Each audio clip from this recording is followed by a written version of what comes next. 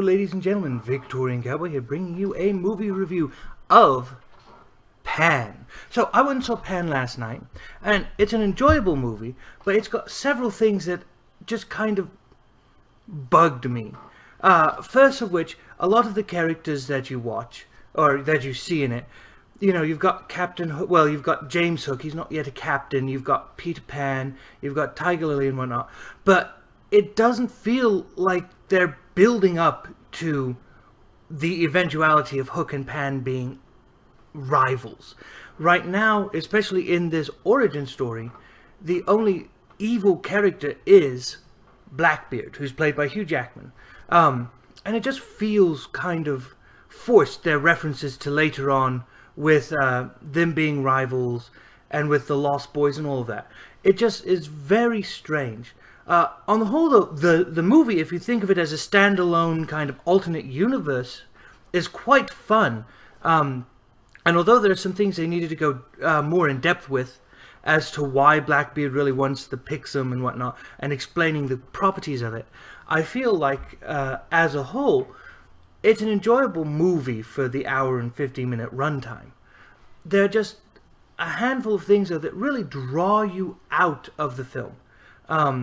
Besides the fact that you've got some stereotypical characters when you're in, you know, the Blitz in London with evil nuns running an orphanage and hoarding all the sweets and whatnot.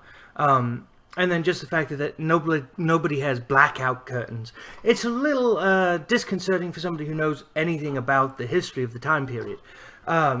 Once you get into Neverland, it's a lot of fun. My one complaint about Neverland was they introduce all these wonderful things, but then you don't get to see a lot of the wildlife or anything like that. So you get Neverbirds, which are really interesting, really cool to look at and everything, but then they're never, you don't see anything else. They come into play one at a time after you're introduced to them.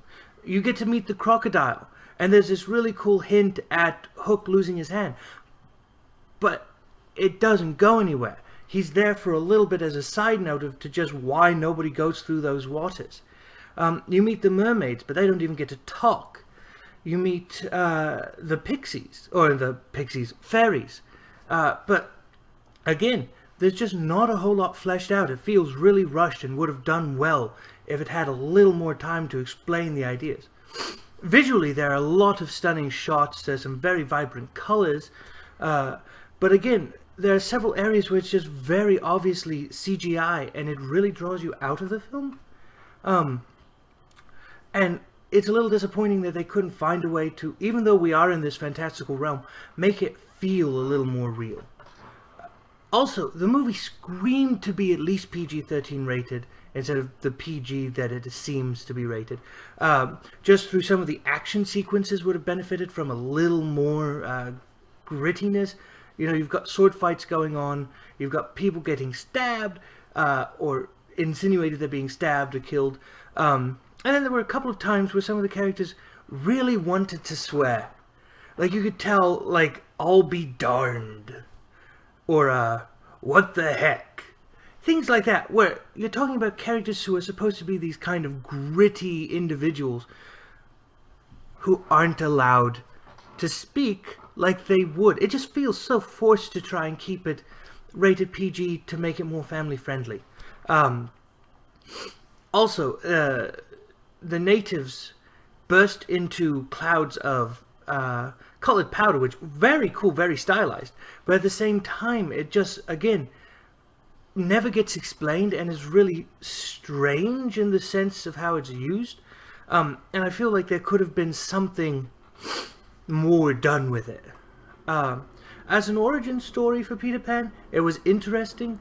It talks about how friends can become enemies, but it never really explores that theme of how Pan and Hook start as friends and become enemies.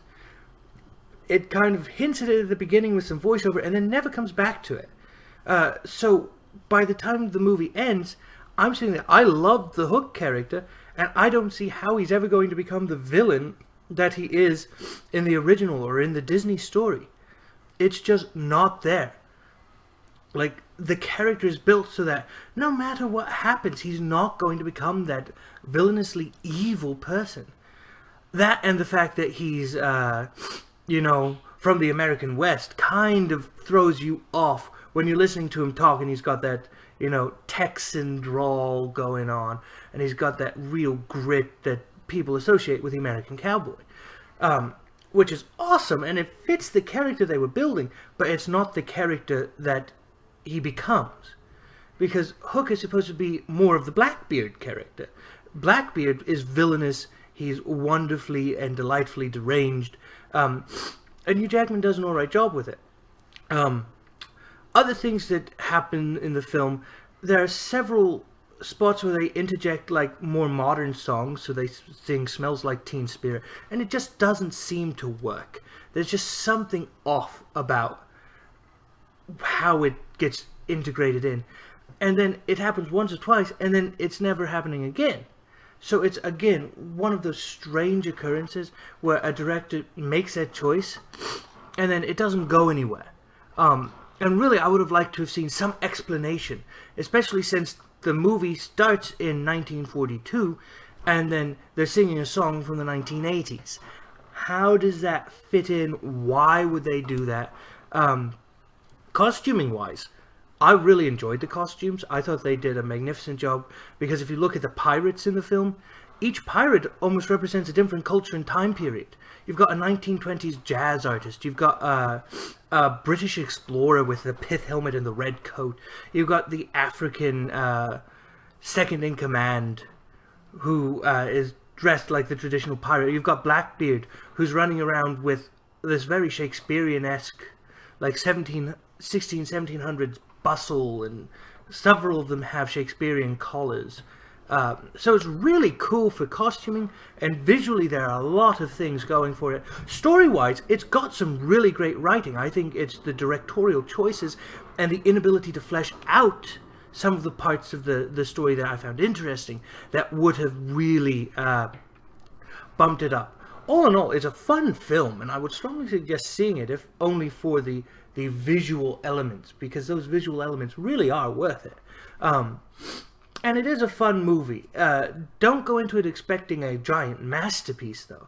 I think it's really important that you go in with the expectations of it's going to be fun, and go in looking for the fun, rather than going in and thinking, oh, well, everybody's reviewed this and it's going to be bad, and there's this, that, and the other thing that are negative. Because while there are the negatives, and there are things that you'll notice as you watch it, it's really got some good things going for it. And I think there's the potential there for, in a few years, coming back to it and maybe building on it. But I really think that we need to look at a story like this and try and figure out, well, do we want to cater to children? Do we want to cater to adults?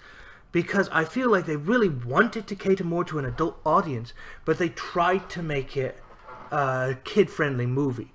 And in trying to please both worlds, I don't feel they managed to successfully accomplish pleasing either all the way. And I just feel they compromised some of their storylines, some of the elements, some of the action sequences and whatnot, by trying to walk that thin line between the PG-13.